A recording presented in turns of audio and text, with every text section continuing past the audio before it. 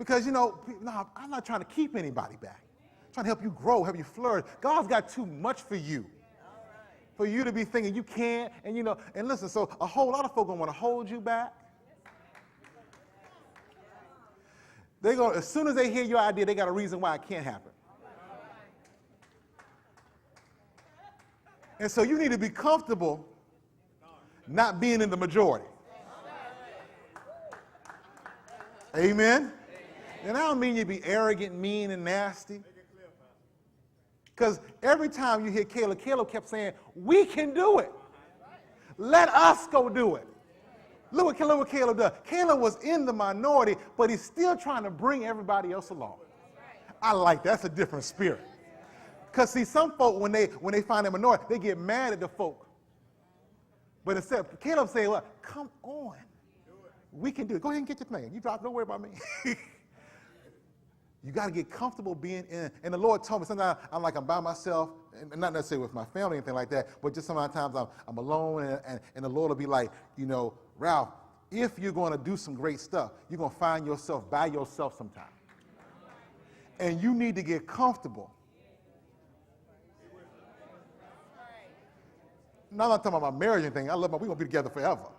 I'm not talking about that kind of alone. I'm talking about, sometimes, when you move in certain directions, sometimes God's going to have to take you out there by yourself for a minute.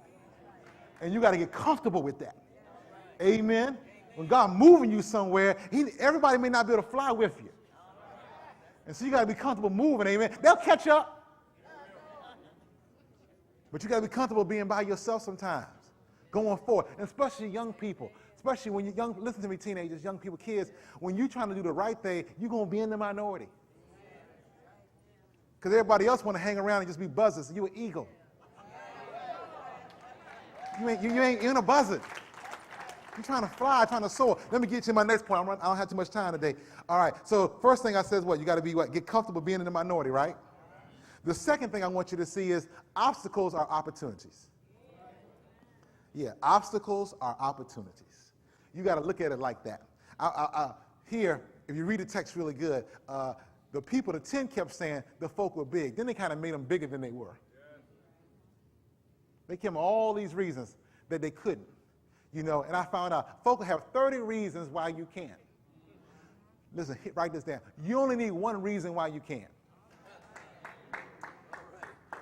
Okay, I'm going to let that fly for a second. Let me tell you what Caleb does. Caleb sees what God has for them and says, we should take it. They see the land is big and the people are big. All Caleb sees is opportunity. They see obstacles. Caleb sees opportunity.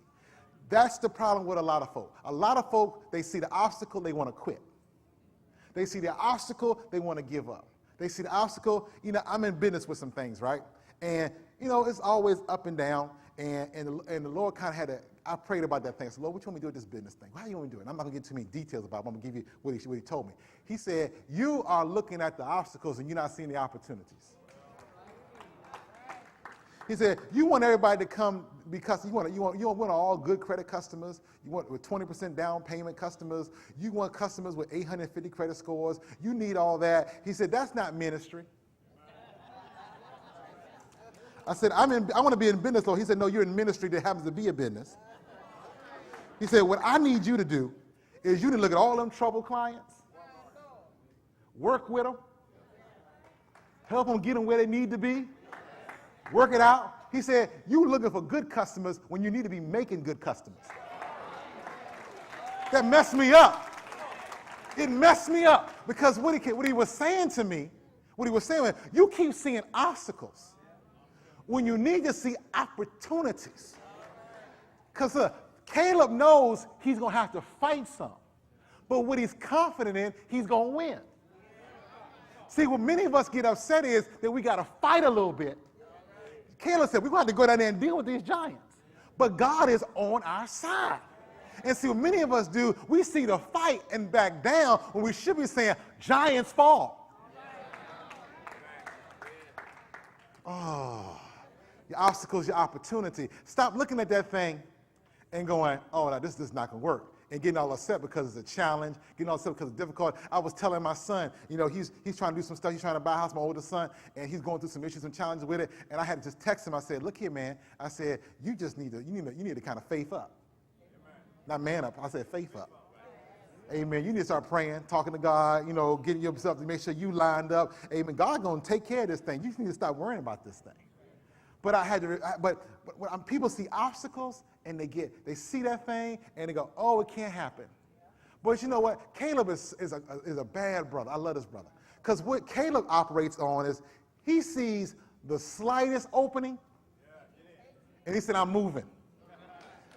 Let me help you. Many of us need a door wide open. Caleb says, I see it's cracked. We going in. Stop waiting for God to have to open the door all the way for you to move. If that bad boy is cracked and you see light on the other side, that's your direction. How does Caleb know that? When they got to the Red Sea, there was no door there. And then God opened up a way. So Caleb and Caleb's mind is this: if God opens up a way when there is no door, what's he going to do when there is one and it's cracked open?